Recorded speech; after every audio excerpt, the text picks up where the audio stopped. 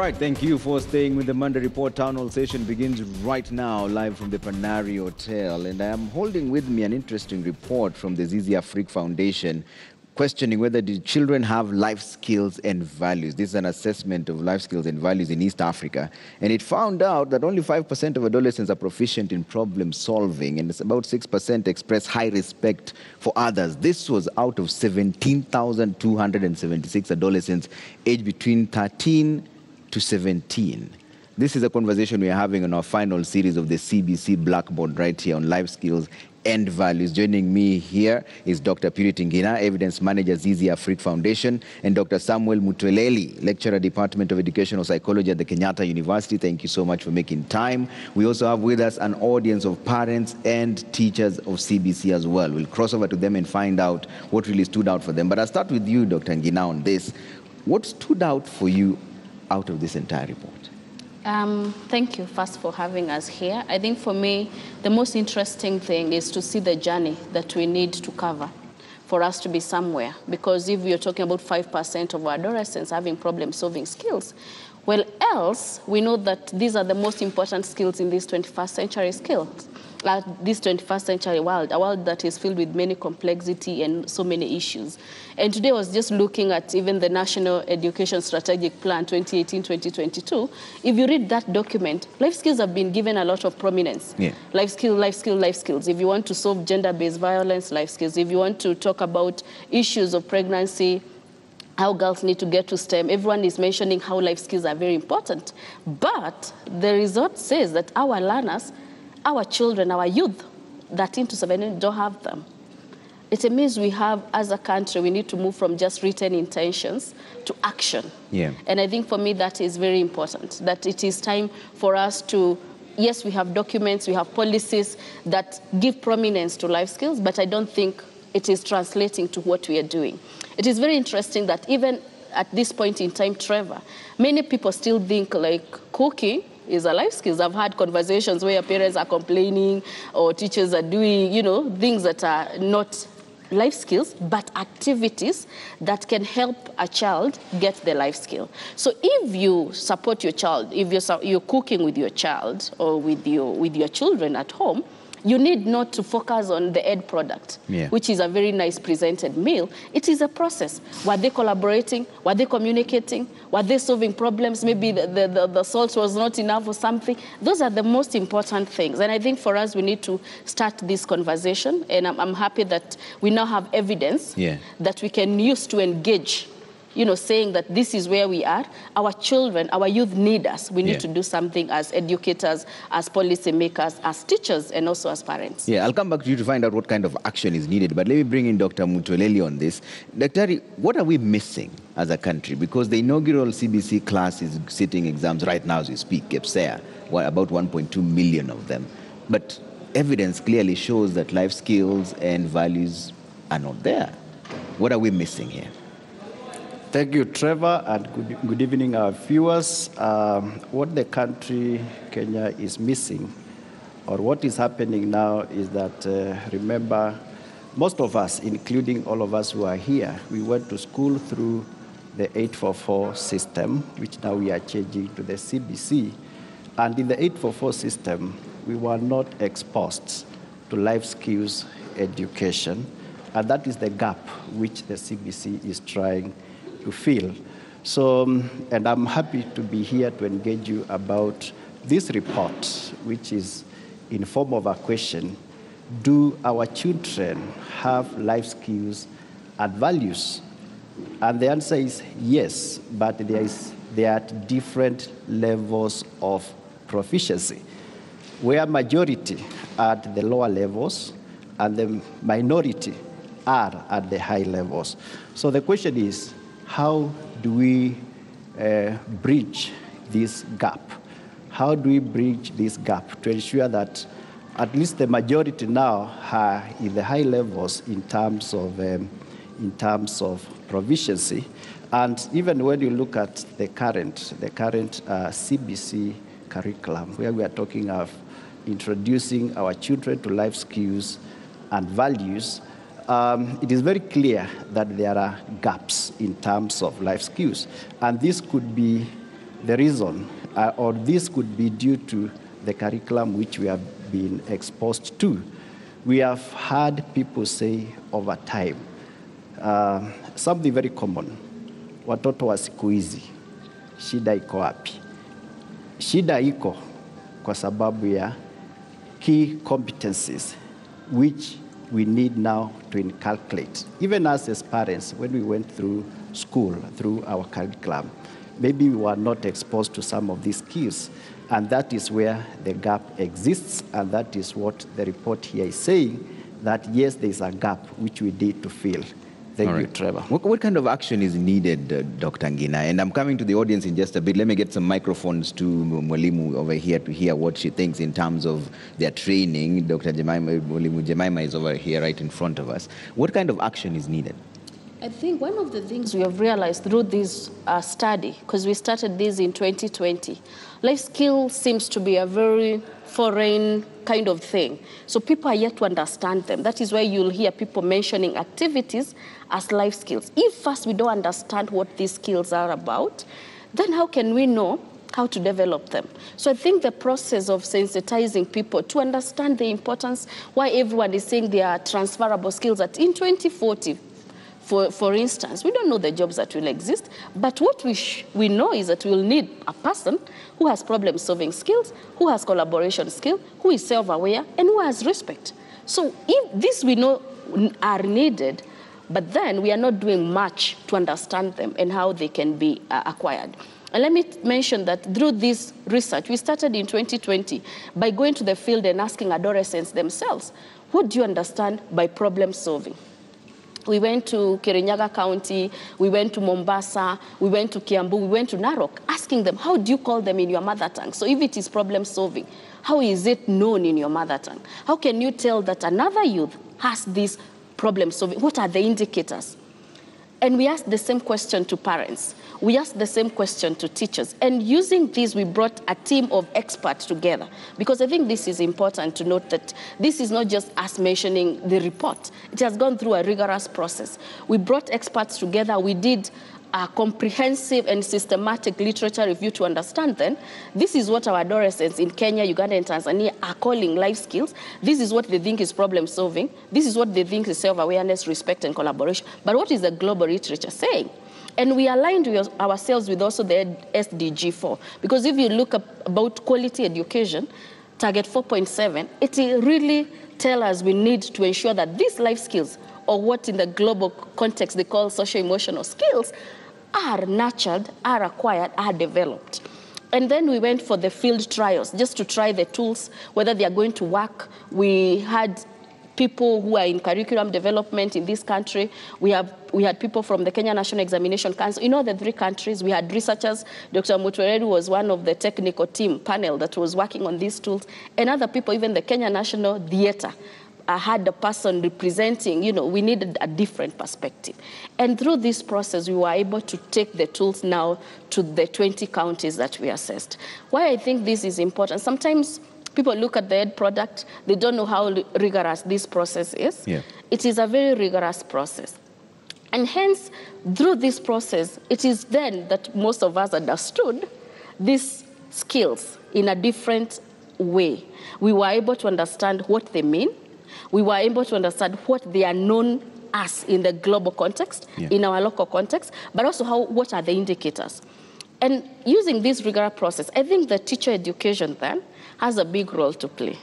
Because as much as parents need to play a role in nurturing them, the teacher is a person who needs the training first, so that they can understand. If you're talking about the core competencies, let me mention what the CBC has. They talk about the core competencies. There are 7 of them. They have 8 values.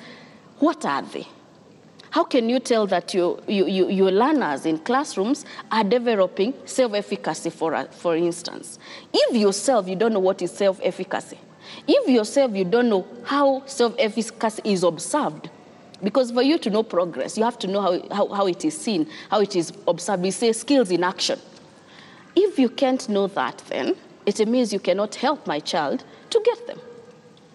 And that is where you realize, even using these authentic activities that the KICD have been promoting, the teachers probably don't get time to reflect and ask learners when you are doing certain activities, whether they were planting trees or farming or all that, or slaughtering chicken, all that.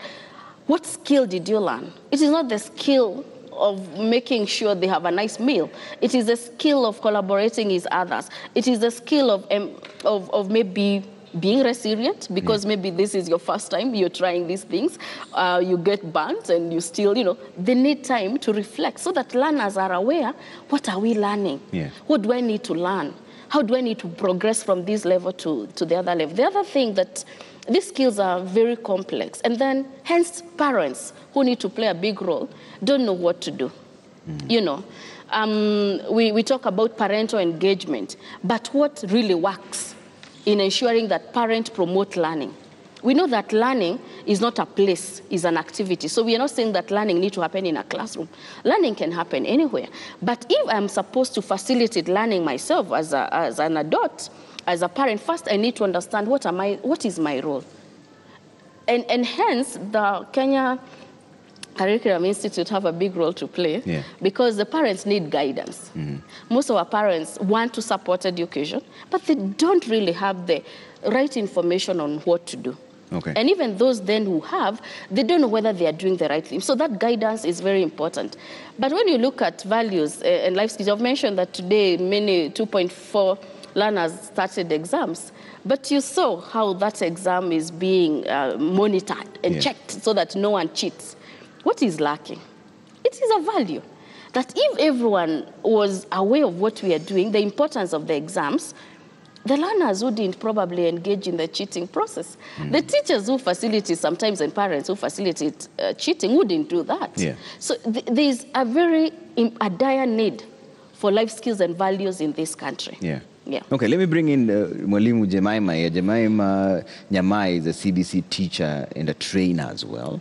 What has your experience been like, and what is missing? Is there a gap between what you teach the students and what comes out at the end of it all? Or is it just a society that is so depreciated in moral values that it doesn't matter what you tell the child? I mean, they can literally see adults disrespecting each other. So when you tell them that they need to respect each other, hence the reason why we have 6% only expressing high respect. The other 94 don't care. Thank you so much, Trevor. Yeah, with the CBC curriculum, it is competency-based curriculum. When you talk about competencies, they are supposed to bring out development of skill and knowledge. And in future, they are supposed to apply these ones in future. So it is something that is developed during the learning experience. For example, we had the ILA, the Integrated Learning Assessment in grade 3, the NEC. And I personally assessed it, guided the learners. And the learners were asked, there was a task they were asked, do you think that your leaders practice leadership skills? Can you imagine a grade 3 learner? We have, in our school, we practice democracy, where we do the voting just the way it is done nationally. So the children, the learners were able to tell me, Teacher Jemima, can so and so come out so that we can tell you what happens. It is out of the learning experience and the way you do it as a teacher. For me as a teacher, I need to understand what is a problem solving. How do I do it? Am I a role model? When you talk about communication, it doesn't involve talking, speaking alone. It also involves listening. As a teacher, do I listen to these children? Are they able to learn from me so that they may be able to apply it? That is the development of the skills during the learning experiences. So I believe, first, it should start with us as teachers. Let us understand the competencies. Let us practice them during the learning experiences. By the end of the lesson, yes, the learner is supposed to model. But in the process of modeling, I am going to group them in groups. They are going to discuss. In there, the competencies are developed. The learners will be able to communicate and collaborate. And as a teacher, through observation, I'll be able to look at that group and know that there is one learner who is very silent. Doesn't mean that learner is poor in communication. Maybe that learner is observing, and through written tests, the learner will be able to prove he was silently following. So as teachers, we need to understand. We also need to make the parents understand through training, through regular trainings, for us to be role models to these children. So we need to do it. When these learners, for example, you have an adolescent, are we able to bring them in a way they are able to cope up with stress? They are able to cope up with emotions. When they come to you, how do you respond to them? For them to be able to see that, yes, my problem has been solved.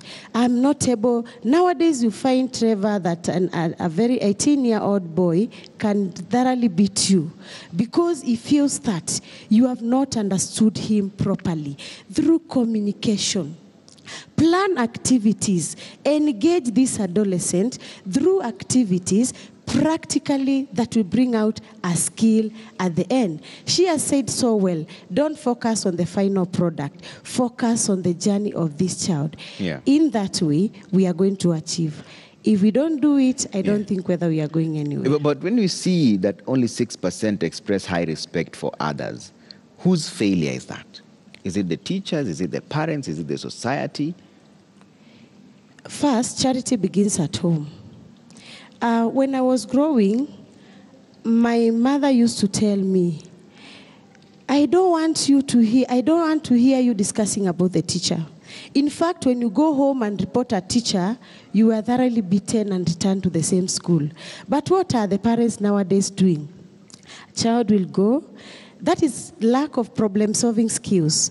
Listen to that child. Make that child understand. Sit together with the teacher. So I believe the failure begins at home, collaborated with the teachers. So we need to work together for us to become problem solvers, critical thinkers, so that we may bring up a generation that can be relied on in future. Okay. Yes. I think there's another microphone back there. Let me hear your views in terms of parents or even people who are dealing with CBC. You can pass the microphone back there, and let me just hear your views in terms of, you can give, here's just back there.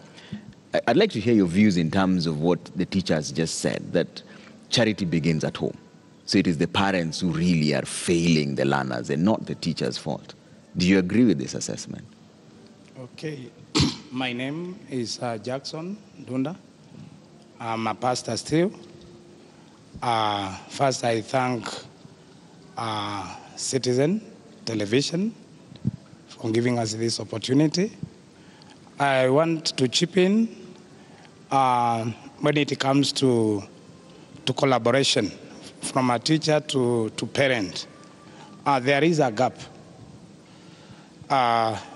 If I can buy the idea of the teacher, you'll find a parent discussing issues about the teacher, whereby a parent has to be a problem solver. Yeah. So there is a gap whereby we have to fill as a parent. Yes. Okay. I see the microphone back there. Just introduce yourself and give us your views as well. Okay, thank you. I'm Sheila and I'm a student. Concerning the problem, whether it's coming from home or school, I think the society is involved too, home and society, the people that the kids involve themselves with. Yeah, so I think it's not entirely from home. All right. So it's not entirely from home. Dr. Mutoleli, what are your thoughts on this? Is it the parents who should be blamed for this? When we say 6% of learners express high respect for others and the others are questionable in terms of respect. Thank you, Trevor. This would be my contribution to that. Yeah. In the current curriculum, that is the CBC, there's a lot of opportunity for parents to participate in this curriculum. But when we are taking our teachers for training about these life skills and values, the same is not happening with our parents. Sensitization has not taken place at the level of the family, the level of the community, and yet we expect a lot of support. Like when you give a task, maybe homework, an activity, and you expect parents now to help these pupils develop collaboration skills, respect, self-awareness skills, and these are quite maybe technical jargons which parents don't even understand.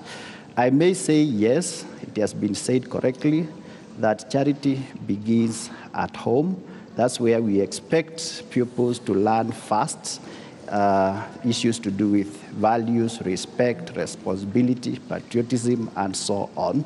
But I'm also alive to the fact that we don't want to put blame to one side and say, yes, parents have failed or teachers have failed. This one calls for a common action for all of us so that we bring up children who have these transferable skills. And why do we call them transferable skills? Is because these skills are not specific to certain occupations. Like when we were in school ourselves, we did subjects that even are being done today, subjects like mathematics. If you do maths, then your field is in the STEM. That is science, technology, engineering, and so on. And that math may not be so useful to somebody in humanities, but think of something like problem-solving skills, regardless of where you are, whether in technical, whether in humanities, whether you're in arts. For you to survive in that career, you need problem-solving skills, you need creativity, you need imagination, you need respect. So I would say this one calls for togetherness in the community level, in the school, wherever the children are, they should get an opportunity to be assisted to acquire these skills. Thank you, Trevor. All right, Dr. Ngina, let's talk about the other finding that was here. Overall, only 9% of adolescents are proficient in self-awareness. Yeah, and to put that into perspective, that means maybe 1 out of 10. Yeah. That if you have 10 children, it is only one who is able to self-manage, because if you look at self-awareness, it has self-management and perspective-taking. That means you have to see yourself internally to understand yourself, but also you need to look at yourself through the other person's lens. Your reactions, your emotions, any action you take right now will affect me. If you decide to scream, I'll be following what has happened, right? And we have seen, just to bring this back home, we have seen many children, everyone is talking about mental health, wellness and all that. Children are suffering, are struggling, but what I see is lack of this self-awareness, because if you look at the questions we were giving adolescents a task, one of it was you have been promised a gift. You go tell your friends, very happy that, my mom promised me a gift. But that time when your mother promised you a gift, he or she is not able to provide because of many reasons. And the question is, how would you react to your parent? And to be sincere, Trevor, we got very disturbing responses that needed some of us to seek, counseling, because you wouldn't expect certain responses from youth. I'm going to beat, I'm going to shout, I'm going to kill, things that are... Some of them actually said that. Yes. The raw data tells you a very disturbing story. When you see the percentage, but as we were in the field, talking to them, because this was an oral conversation. You're asking them the question, they are responding, you're noting down, then you're going to use the scoring rubric to score. Is that level 1, level 2, level 3, and so on. And so this, for me, explains why we have some of these things happening. Youth are not able to deal with the challenges of this century because first they don't understand themselves. They don't really understand how anything they do affects the other person. And this is a big percentage that only 1 out of 10 is able to do that. That if you have a class of 40 boys in a certain high school, it is likely that most of them are struggling with emotions. They are struggling with reactions. They are struggling with their ability to see themselves. They actually don't know why they are probably even in school. And probably to explain why sometimes we see a lot of fire, a lot of things that happen in our community. Yeah. And we need to do something. And the other one, I know you'll ask What me. is that something? First of all, before we go to the next one, because there's some very disturbing reactions. I mean, adolescents. we need, first of the things we need to appreciate is that skills are acquired. Yeah. You can just, they're developed. That means there's teaching that is involved. There's some learning. It's not something you just catch. You know, it's not like values where we say they are caught and not taught. Yeah. Skills is something that need to be acquired, so there's a bit of training.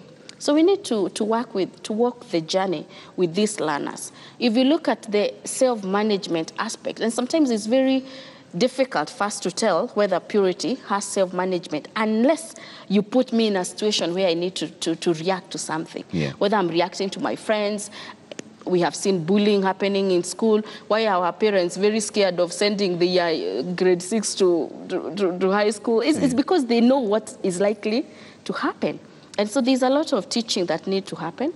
And I think some of these things, again, I'll take them back to the classroom, but also giving prominence. If we go back to one of the skills that I find it very easy for everyone to understand, even those who are not in their specialization of developing life skills, is problem solving. And I'm going to use an example with the task force that the president brought on board to assist in solving the problem of CBC. Yeah. So there was a problem, right? There was a lot of noise, then he realized, this is a big problem. Yeah. What did he do? He brought a team to understand first the problem. They didn't just bring the solutions. They needed to understand the problem. Then if you were to present anything to the task force, you needed to give recommendations. So you're giving solutions. And what we expect from them is for them to present for us a better, out of all these things, to give us a better way forward. So this is a process we are talking about, that for you to solve a problem, you don't need to just wake up and just solve problems. It's a cognitive process. Yeah. And it doesn't matter the end product, because if these other processes have not been followed, then the end product will not be something of importance or something that is going to help. You need to define the problem, you need to look for solution, and then you need to apply solution. And sadly, in 2019, there was a study done by women education researchers in Kenya, and they observed over 400 class lessons. You know, they were visiting schools and observing lessons. And in all the lessons they observed, only in 2 lessons that 2 children, so 1 per lesson, asked a question without being prompted by the teacher, without the teacher saying, give us the response. It was now these learners asking the question. Yeah. Meaning that our classes are still muted, that the learners are still receivers of information, and the teacher has the monopoly of knowledge. Okay. But there's also an interesting part that I've seen here, that adolescents who are competent in digital literacy tended to demonstrate higher self-awareness proficiencies compared to their counterparts. Yeah, interesting. That's a very interesting perspective. Let me bring in what Jemima has to say about this. She is a teacher and CBC trainer as well. How do you teach self-awareness? Okay. In CBC, we have I do, we do, then you do. So in self-awareness, the time I am doing it, for example, that child has not done the extended activity, homework, we nowadays call it extended activity. Then I send that child out of the class, harassing that child. Stand up, you have not done the extended activity, go out and do. As a teacher, how am I expecting that child has failed it? Don't you think that child will pass the same, thinking that it is right to do it to the other? So it begins with us. Let us practice self-awareness. Let us ask ourselves, whatever I am doing, how is it going to affect the other person? This child, we have respect. And in CBC, the values come during, everything is developed during the lesson. So if I cannot respect that child, no matter how young that child is, how do I expect that child to respect me? So it begins with me. Let me care about the feeling of that child for us to create a conducive learning environment where the child's self-esteem will be risen. And I'm supposed to be a problem solver. How do I do it? If you have not done the extended activity, this one has done, let me appreciate this one.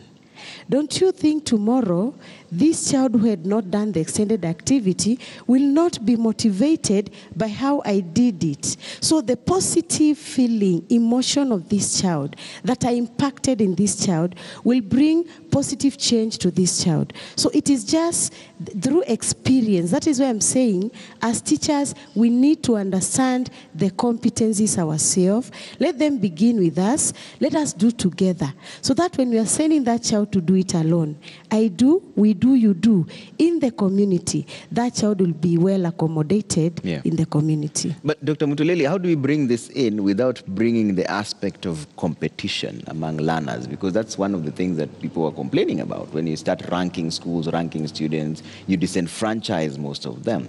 But how do you ensure that they're encouraged to perform without bringing the aspect of competition? Where do you draw the line? Thank you, Trevor. What is happening is